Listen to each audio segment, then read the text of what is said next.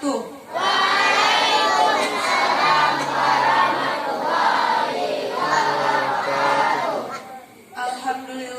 Alhamdulillahirabbil alamin wassalatu wassalamu ala asyrofil anbiya'i wal mursalin wa ala alihi wa sahbihi ajmain.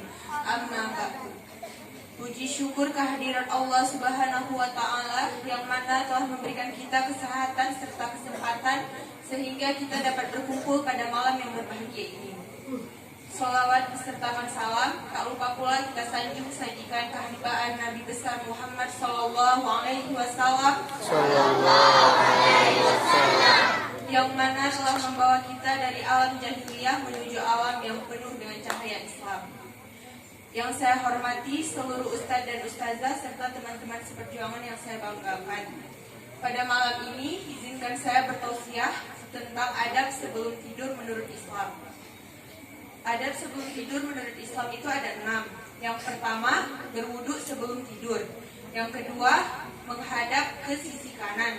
Yang ketiga, meniup telapak tangan sambil membaca 3 surat terakhir di dalam Al-Quran. Yang keempat, membaca ayat kursi. Yang kelima, membaca doa sebelum tidur. Dan yang keenam, tidur di awal malam. Sekian yang dapat saya sampaikan, lebih dan kurang saya mohon maaf. Assalamualaikum warahmatullahi wabarakatuh.